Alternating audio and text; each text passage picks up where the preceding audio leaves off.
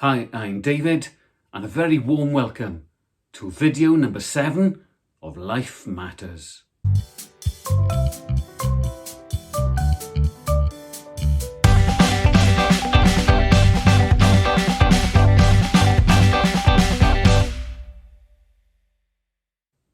What's the worst word in the English language? It's death, isn't it? If the two certainties in life are death and taxes, well, death is more certain than tax. We don't all pay tax. But every one of us is affected by death, and every one of us has to face death.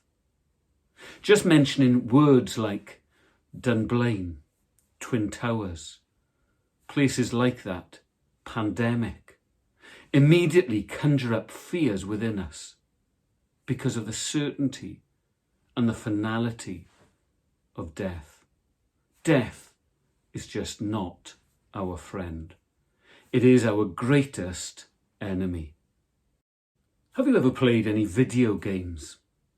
You get through different levels.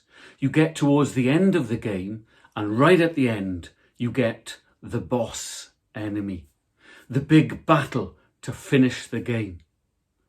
How do you defeat the boss? Death is like that. It's our greatest and last enemy. But what if you can defeat death? What if someone came back from the dead? Is death really final? Or can there be life after death? Take planting seeds, for example. The seed has to die, and it really does. But it produces life. The seed is resurrected into something far more glorious. As we've seen in previous videos, Jesus is definitely dead. He's gone to the cross. The Roman soldiers have put him on there. They've declared that he's dead, and then in a public display, they've put a spear in the side of Jesus. He's already dead, but blood and water flow out of his side. He's dead. There is no doubt about it. The eyewitness disciples, including John, as far as they're concerned, Jesus is now dead and he's buried in a tomb. Yet on the third day, Jesus comes back to life. Jesus defeats death. The disciples shouldn't have been surprised. After all, Jesus on 3 occasions had told them he was going to suffer, die, and rise again. He'd even told them where to go to wait for him after his resurrection. But as far as the disciples are concerned, he's dead. They'd seen Jesus raising at least 3 people back to life. But Jesus had done it. Jesus is now dead. Who's going to bring him back? Well, Jesus defeats our greatest enemy. Jesus overcomes death. He's back to life. And he's back as a real person. He's not a ghost. He's not an apparition. No, he's one who sits and eats food with them. He talks with them. He appears to them and up to 500 people.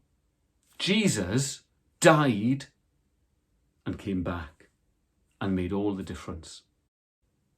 After the resurrection of Jesus, he met with the disciples. But one of them, Thomas, was missing. Jesus met him on the Sunday, and it seems that all week all the disciples were telling Thomas, "We've seen the risen Jesus. He's back from the dead." Thomas, who's known to us, of course, now as Doubting Thomas, doesn't believe them. He says, "I'll only believe if I can see his hands and his feet, if I can touch the wounds." Jesus comes back the following Sunday and appears to them, and Thomas is there. Jesus invites him to touch his hands and his side. Thomas doesn't need to. He can see.